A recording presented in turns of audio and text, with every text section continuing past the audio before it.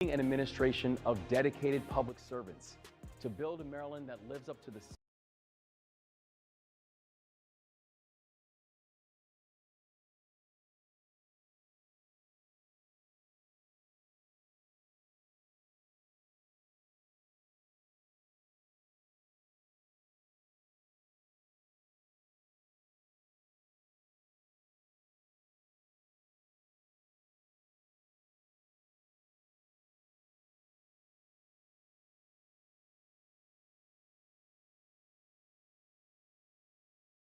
What's going on?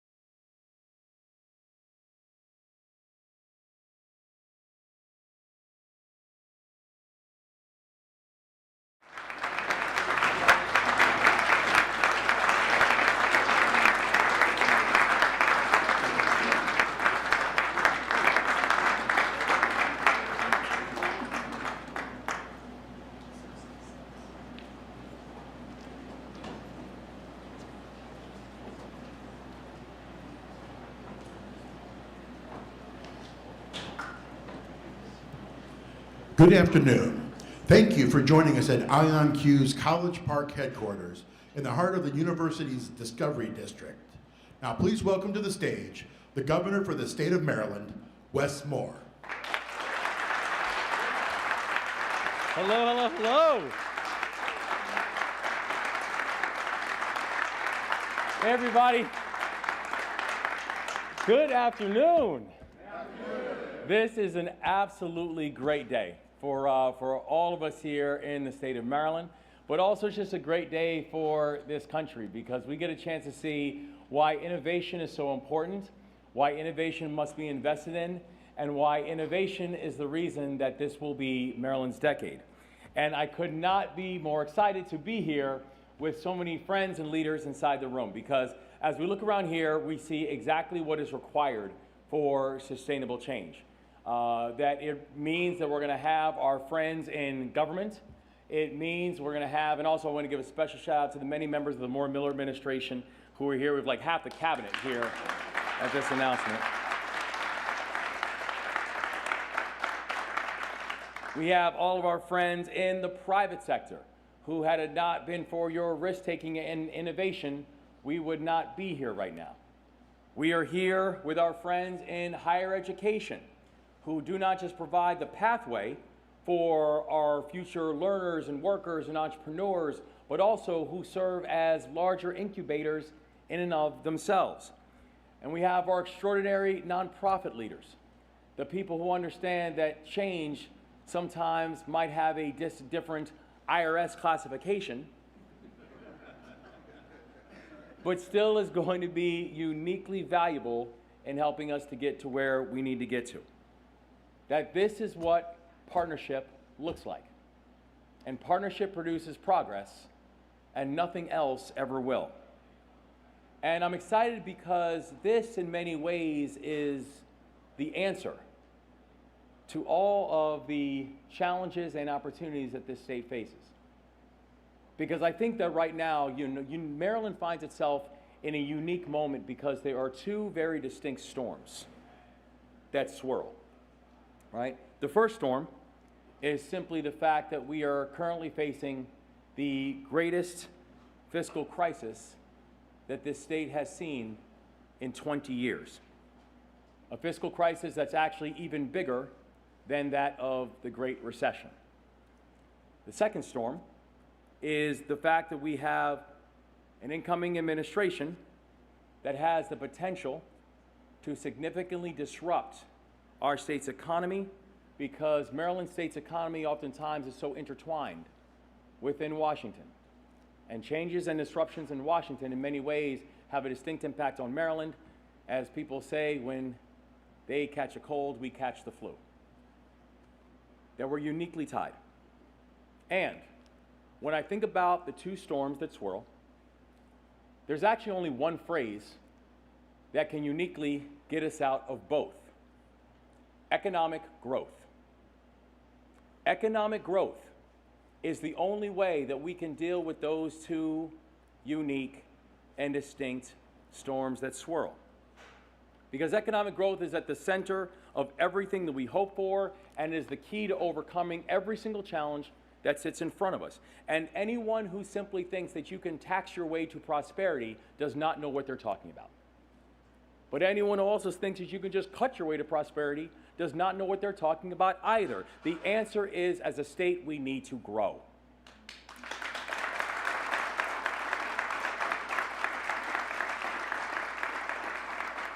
Because our economy has been stagnant for well over a decade.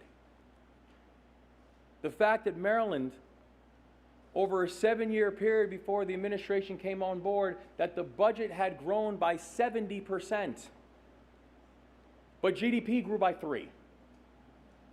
GDP grew by less than half of the national average. So here was what happening to Maryland. We were spending, we just weren't growing. And that, in essence, is how you get to the largest fiscal crisis that we have now had in 2 decades. And so we said there are a few unique things that we are going to have to do to be able to address it. One is we've got to focus on increasing efficiency and modernization, and that is why just a few days ago I signed the most expansive executive order, the Government Modernization Initiative, that focuses exclusively on making sure that we can identify places to cut costs, identify places to make our state more efficient, and identify places where we can make Maryland the most efficient state in the entire country.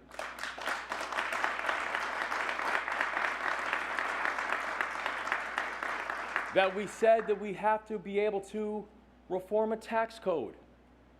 And you will see tomorrow that I'm releasing this year's proposed budget from our administration that says we have got to make our taxes in the state of Maryland simpler, fairer, and for the vast majority of Marylanders, lower. And that is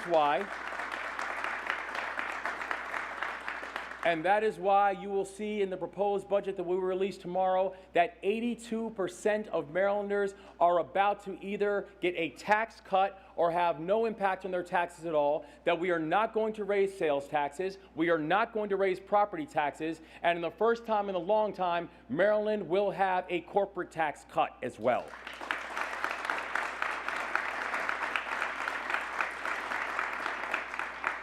But also, it means we've got to invest. Because if you're not investing, you're simply managing decline. And I refuse to have this time and this moment with the talent that we have on the field for Maryland to be a state that is just simply going to manage decline. So you will see that today I am proud to unveil an economic growth agenda for the 2025 legislative session.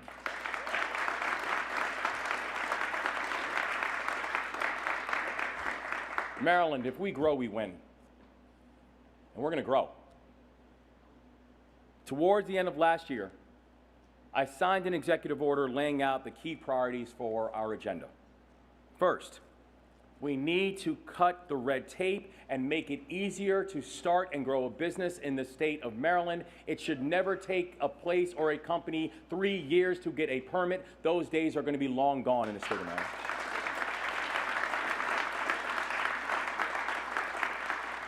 The second, we need to focus and invest in industries like life sciences and IT and aerospace and defense and unique places where Maryland has a unique competitive advantage to move first, to move fast. There is no reason why these other jurisdictions should be beating the state of Maryland in high growth industries, and from here on out, they will not.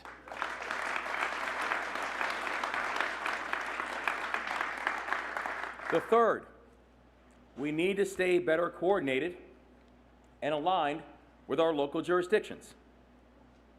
And the steps we are taking today will help all of those actions come to fruition.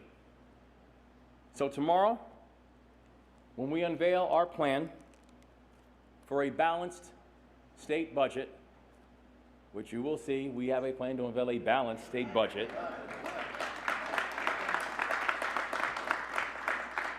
Our proposal, you will see, includes $750 million for economic growth and workforce development.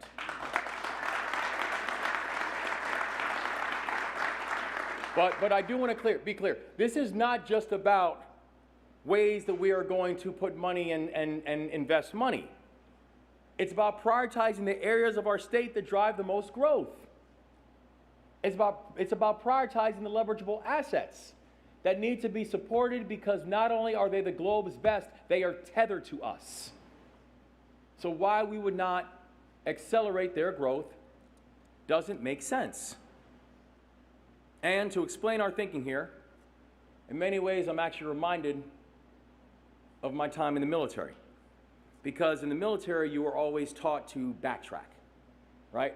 Come up with your objective and then work it backwards. Identify all the individual steps that need to happen in order for your objective, which was set out at the top, to be able to be hit. But frankly, historically, that's not how the state has done its business. The way the state has done its business many times is said, it's screaming, take the hill, and having no idea where the hill is. You can't win that way, guys. Name another state that has better assets than us. Name another state that has assets like the U.S. Cyber Command. Name another state that has assets like the NSA. Name another state that has assets like NIST. Name another state that has assets like Fort Meade. Name another state that has assets like the U.S. Naval Academy. Name another state that has assets like the University of Maryland, College Park.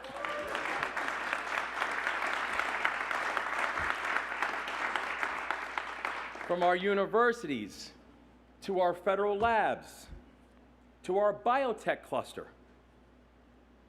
But while we have these assets, oftentimes we have been asset rich and strategy poor. We haven't prioritized the areas that need to be prioritized. Well, today that changes. In this moment, that changes. And the work that is happening with so many of you in this room, that is going to be the reason why. Because also, but wait, there's more. Because also, you will see in the budget we will release tomorrow, I am proposing $128 million in targeted and strategic investments towards specific areas that will strengthen Maryland's competitiveness with our neighbors. We will create good-paying jobs, we will cultivate top talent, and we will make it easier for businesses to be able to choose Maryland, to stay in Maryland, to grow in Maryland, and to invest in Marylanders. We're increasing funding for critical state programs like the Build Our Future program to support new companies on the leading edge of innovation. We're bolstering support for Manufacturing 4.0 to build out advanced manufacturing inside of our state, because advanced manufacturing, yes, is another place. There should be no state that is beating the state of Maryland in advanced manufacturing.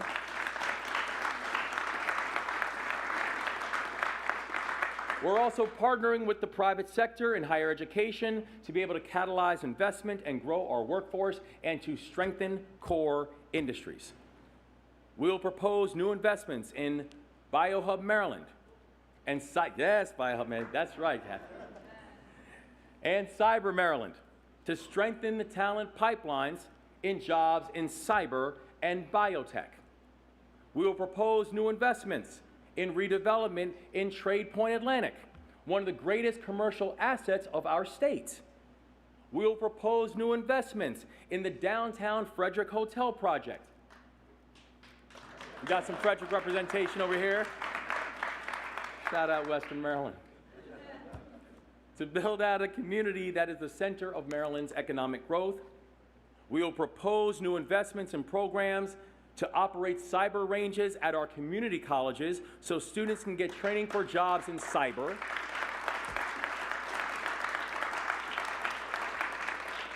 We are investing in a new academic facility at Johns Hopkins University to bolster the university's current efforts on data science and artificial intelligence.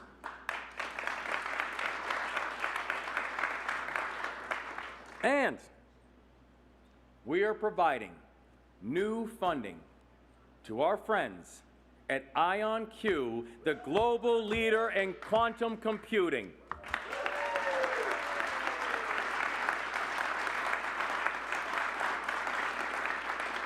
So I gotta tell y'all, I had the joy of joining, actually I was joining my friend Ken Ullman and also Dr. Pines earlier. This was a little over, I guess it's about 2 years ago when I was a candidate, when I first got a chance to tour the facility. And I walk in and this place is like brand new. When you see the kind of growth that has happened in just a couple years, when you see the new employees who have been hired in just a couple years, when you look at the fact that we were just in a room back here where 80% of the globe's quantum computing took place in that room. This is exciting, guys. This is innovation. This is entrepreneurship. This is risk-taking. This is winning. And this is Maryland. Exactly the way it should be.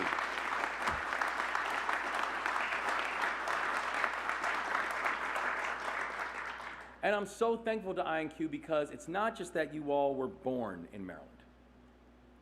I'm thankful that you stuck with Maryland. I'm thankful that you stayed and invested. I'm thankful that you believed that this really is Maryland's decade, because this really is going to be Maryland's decade. And I got to tell you, Peter, you have always been committed to us. And I'm telling you right here publicly, the state of Maryland will always be committed to you and your growth and your success, and you have my word on that.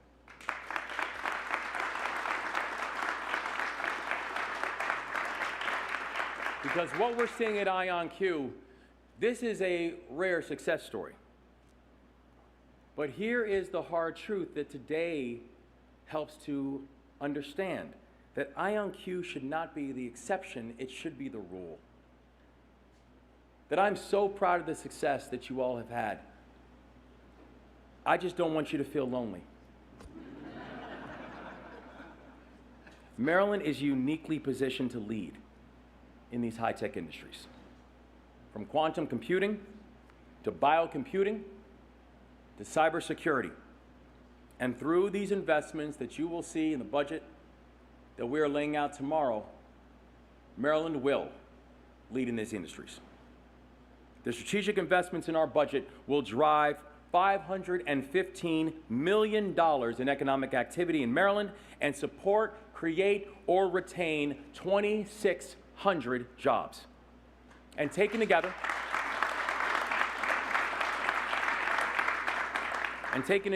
these jobs amount to a combined $210 million of income for hard-working Marylanders. Our $128 million investment will drive $515 million in economic activity in Maryland and support and create new opportunities for people in our state who are not just from Maryland, but who are going to stay. And you'll see in the coming days that I'm going to roll out 4 bills as part of our legislative agenda. The first is called the Decade Act. The second is called the Procurement Reform Act. And by the way, that piece of legislation will make the procurement process more fair, more transparent, and accountable. It expands opportunities for small, minority, and women and veteran-owned businesses to compete for state contracts. And it says that if the state of Maryland is going to invest billions of dollars in contracts, it needs to be with Marylanders and Maryland businesses.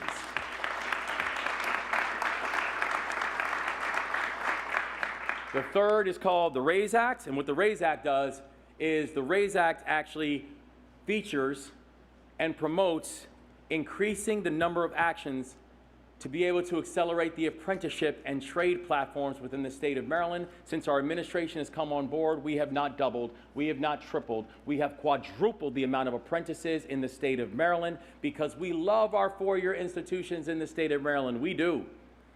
But we are also going to end the myth that every single one of our students must attend one of them in order to be economically successful, create pathways for people to find work, wages, and wealth, no matter where their start or no matter where their design endpoint might be.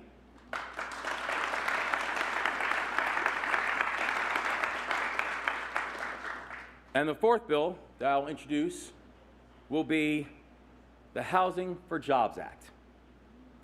This legislation seeks to address the top line item that is putting pressure on Maryland families and Maryland budgets: housing costs.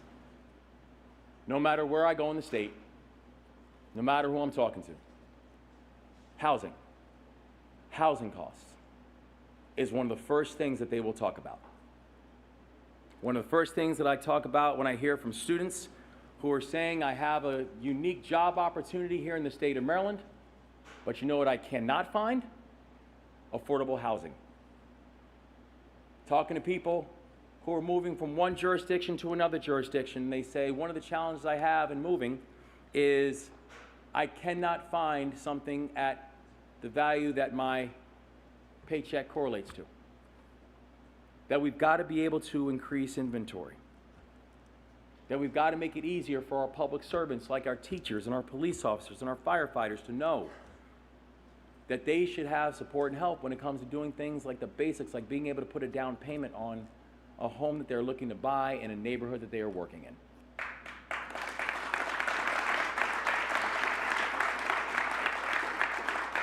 Because if we do not address housing, we will never unlock this state's full potential. You'll receive more details about each of these 4 bills in the coming days, along with the rest of our legislative agenda. But I do want to be clear, this agenda is big, this agenda is bold, this agenda ensures that we are listening to the people of this state.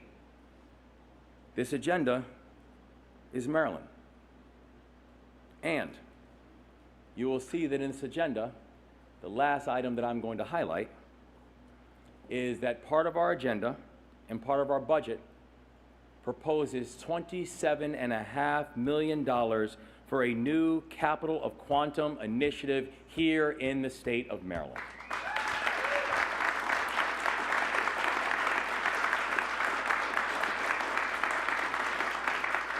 This initiative will be a joint venture between the state, the University of Maryland, IonQ, and other partners in the quantum computing space, and the goal is very, very simple: to make Maryland the capital quantum of the world.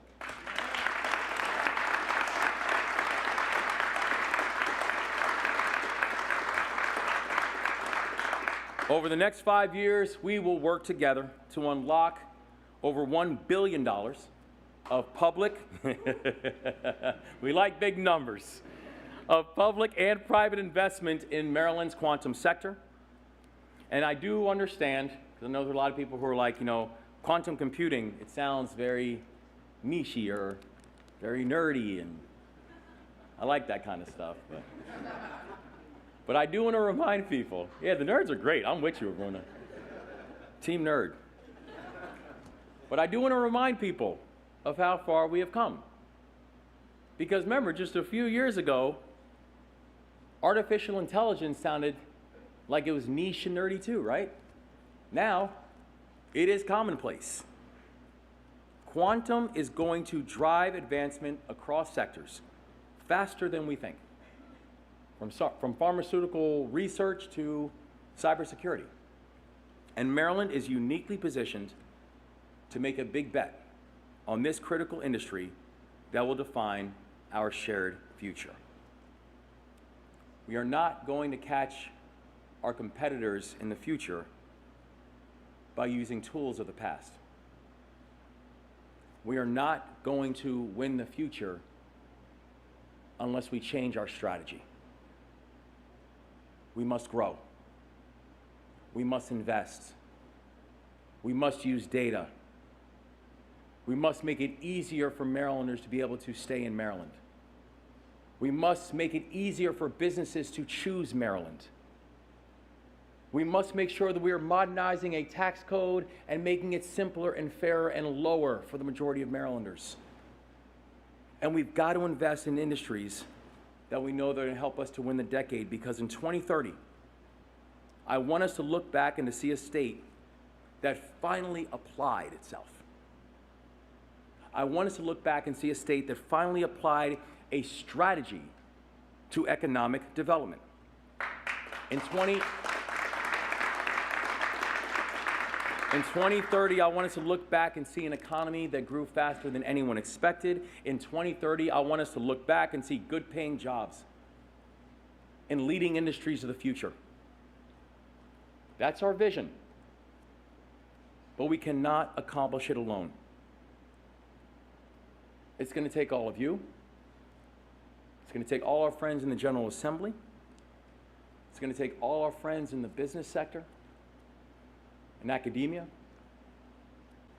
It's going to take the partnership of every single Marylander and every single soon-to-be Marylander, because that's how I view the world. It's Marylanders and it's soon-to-be Marylanders. It's going to take all of us, guys. But I know if we meet this moment, we're not losing. We win. That's what we do. And so I am so excited to be with you here today with these announcements. And I'm so excited that every day I get to have a leader and a friend who I have as my partner inside of this work, our fantastic Lieutenant Governor, Aruna Miller.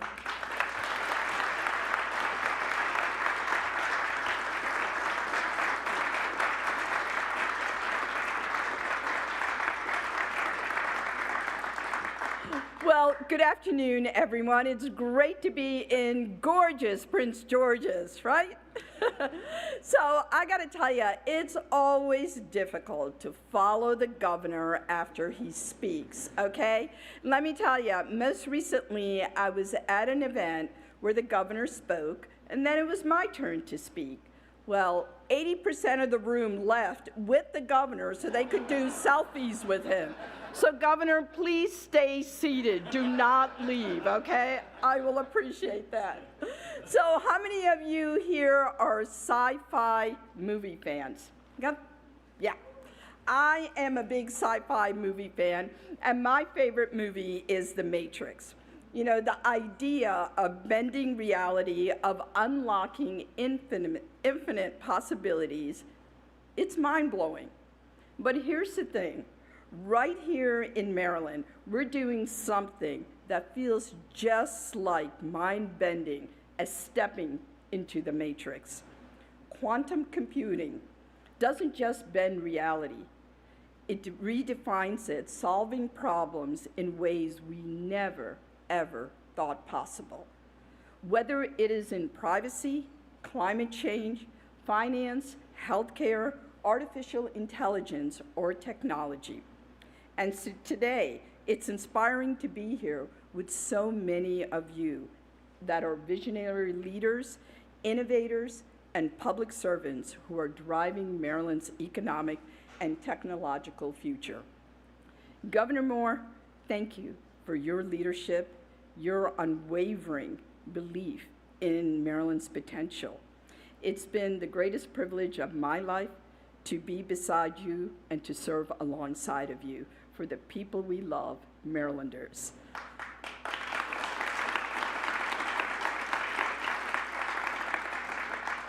To Peter Chapman and the entire IonQ team, thank you for leading the charge in quantum innovation and demonstrating to the world that Maryland is where infinite possibilities become reality.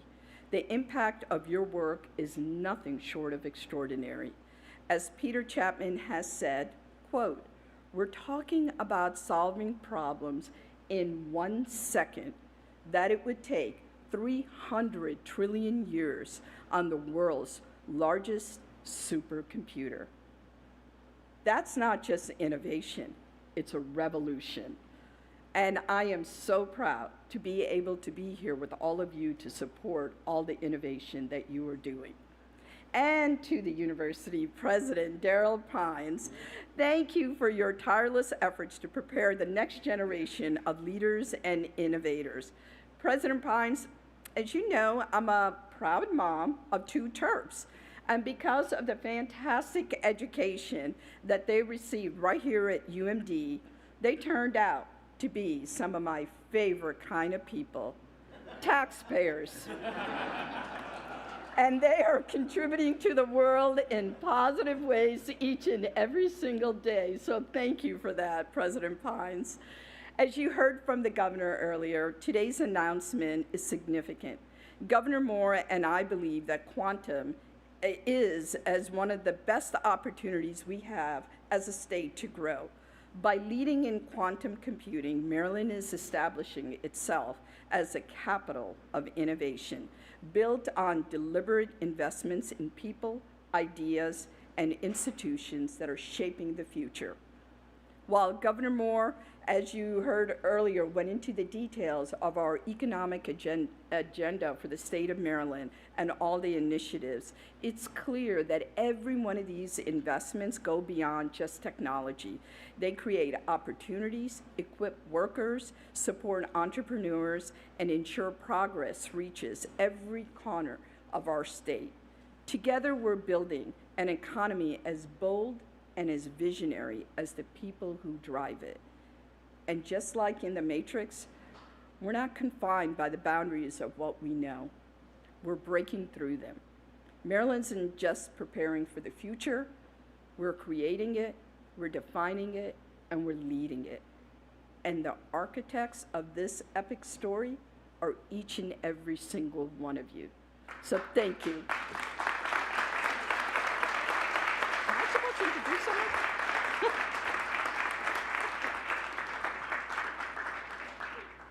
Distinguished guests, please welcome CEO, President, and Chairman of the Board for IonQ, Peter Chapman. Thank you. Thank you. First, I'm going to start. Thank you, Governor, Lieutenant Governor, President Pines, and all of you for coming today. It's amazing. I've been at IonQ coming up on 6 years. And when I first started here, I think we were raising money at that time at about a $20 million valuation. And so in those 5 or 6 years, we've gone from 30 people and a $20 million valuation to today, $1 billion valuation and 450 people.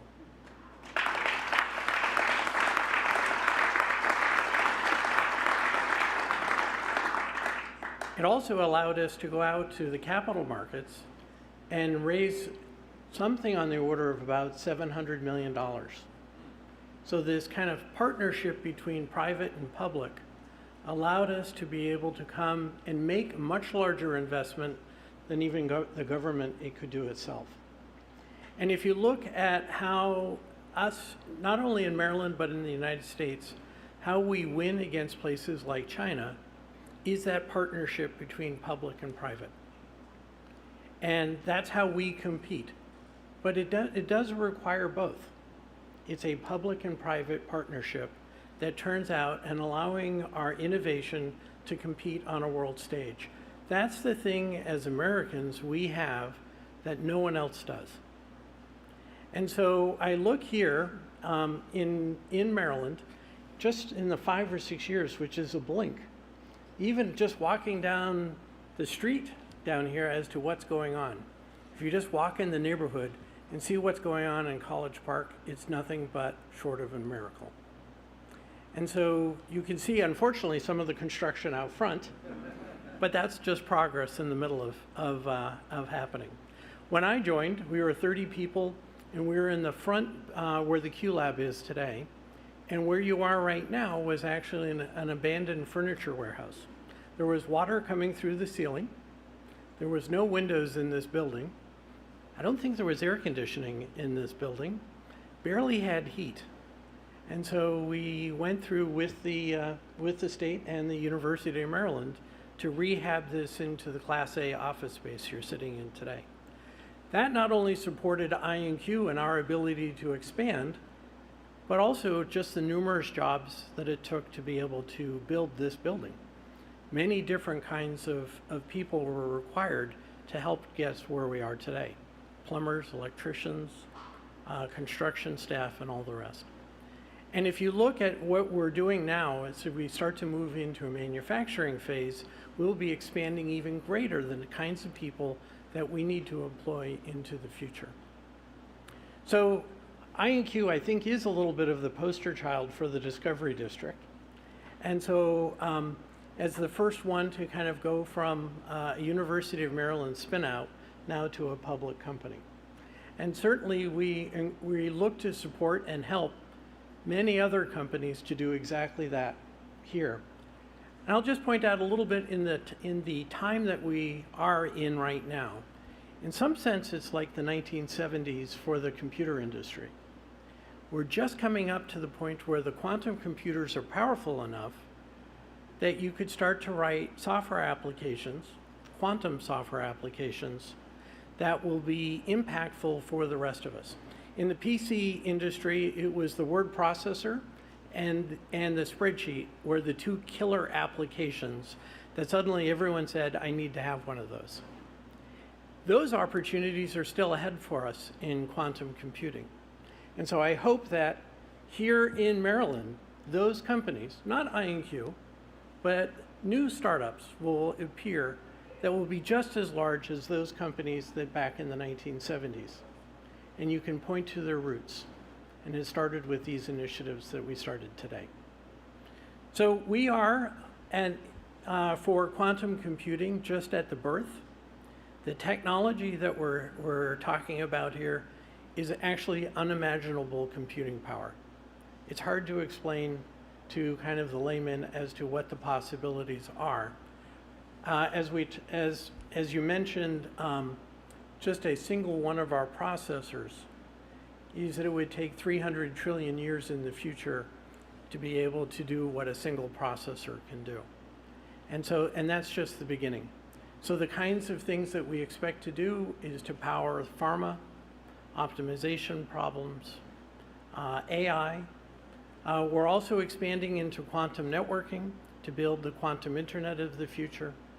So the opportunities seem almost unlimited. And so we look forward to building that future with the university and with the state. And we couldn't be more proud to be here. So thank you again. Thank you for your time today.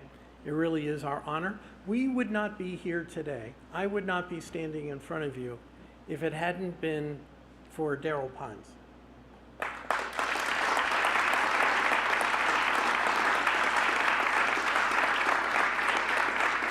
And it is my great honor to present him next. Thank you.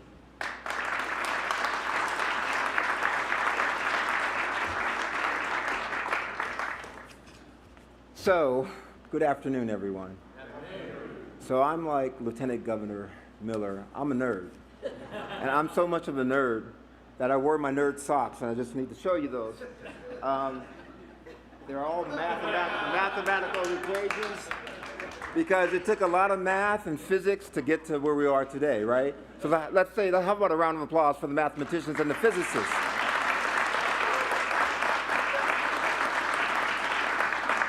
So I say, first of all, welcome to IonQ. Second, welcome to the University of Maryland. Welcome to Prince George's County. And welcome to the capital of quantum.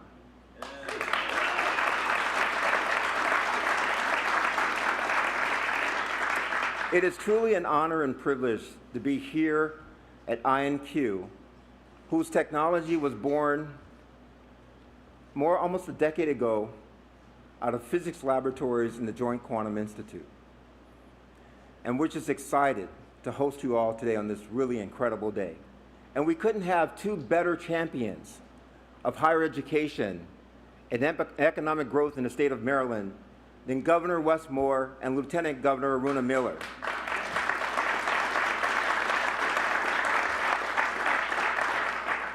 Today's announcement is just another demonstration of when you have the right people and the right leadership and the right strategy, anything is possible, and the impossible becomes possible.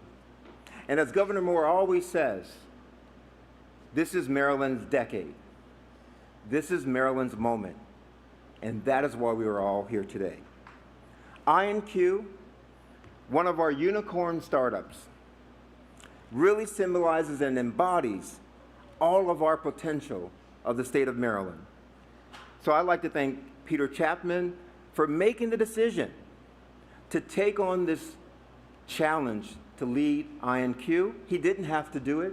He's had an incredible career. If I told you about Peter's career, you wouldn't believe it.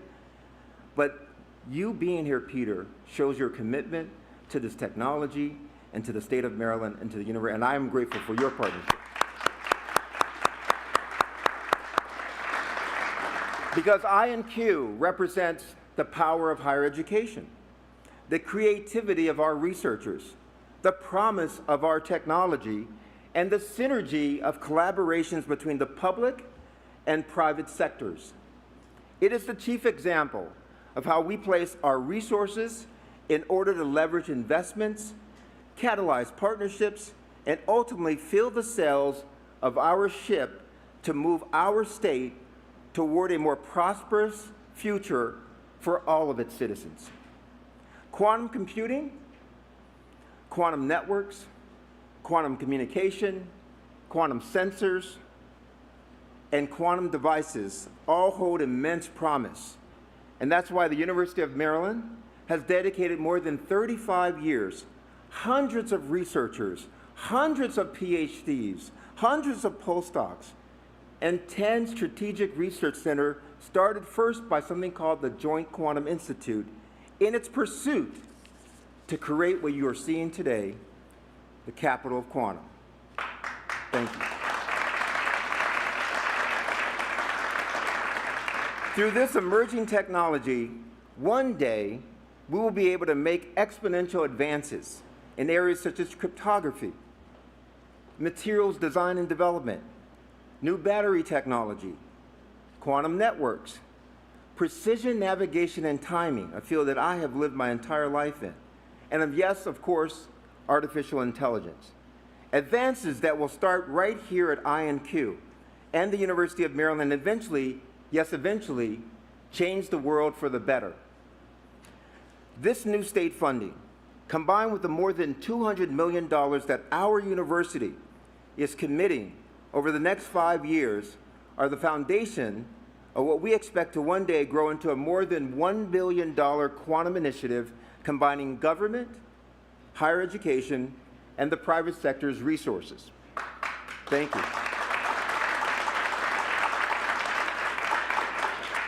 This will allow us to recruit more incredible and creative quantum scientists and engineers and the skilled experts needed to support the national security and intelligence complex, leveraging quantum projects conducted by our very own Applied Research Laboratory for Intelligence and Security, commonly known as ARLIS. It will allow us to expand access to the National Quantum Laboratory right here at IonQ, a unique partnership between IonQ that provides students, researchers, and entrepreneurs from around the world with hands-on access to quantum computers in the cloud. I would also like to take this unique opportunity to recognize the director of the Q Lab, who is with us today and we just hired. His name is Dr. Norbert Linke. If you could stand, Dr. Linke, please give him a round of applause.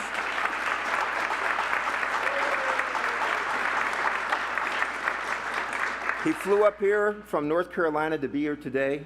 We're happy to have you to come back home to the University of Maryland and our physics department.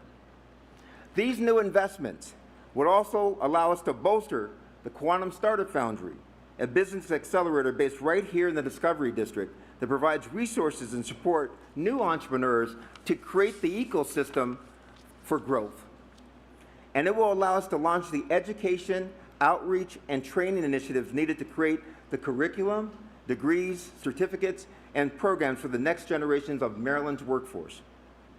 Governor Moore's economic agenda, of course, extends beyond quantum to other key sectors that you heard from him, including life sciences, information technology, and cybersecurity, and of course, aerospace and defense, which are all core strengths of the state of Maryland. Each of these is an area where Maryland has the universities, federal labs, corporate partners, and connections to make a move and make sure that this truly is Maryland's decade. So I thank you once again for being here and making such a big commitment to the capital of quantum, but to more importantly, to be fearless in our future for all Marylanders. As the president of the University of Maryland, all that is left to be said is go Terps! Thank you. Thank you for joining us at IonQ's College Park headquarters. Please enjoy some light refreshments.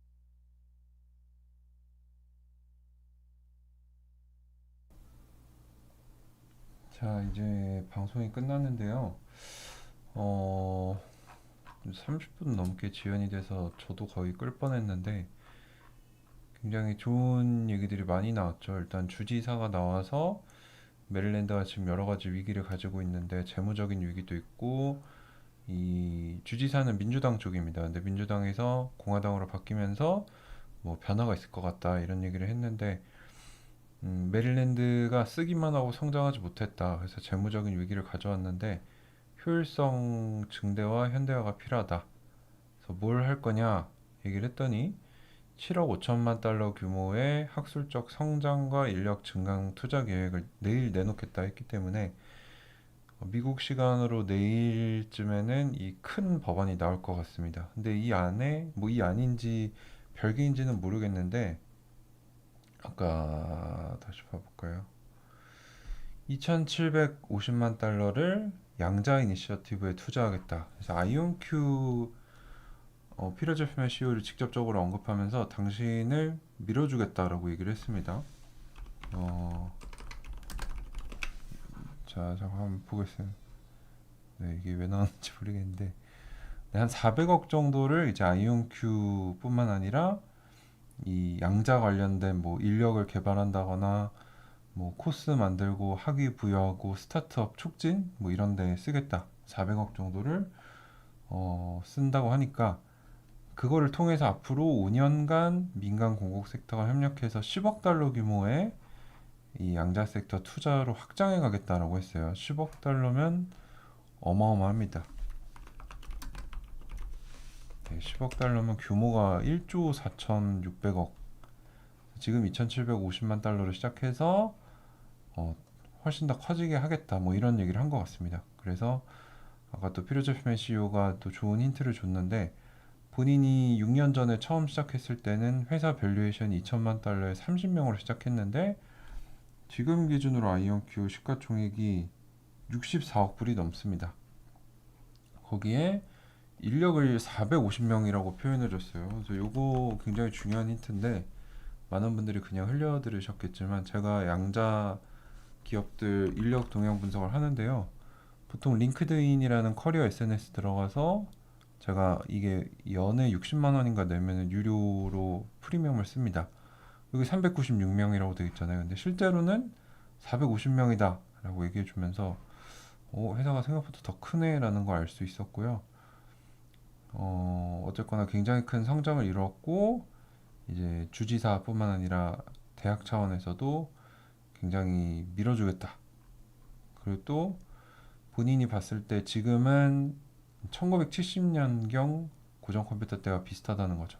이제 막 하드웨어가 좋아져서 소프트웨어를 만드는 단계인데, PC 세계에서는 워드 프로세서나 이 엑셀과 같은 게 킬러 어플리케이션이 나오면서 PC 시장이 급성장했는데, 아직 양자에는 이런 킬러 어플리케이션이 나오지 않았지만 이런 것들이 곧 나오기를 바라고 있다. 아직은 초창기다.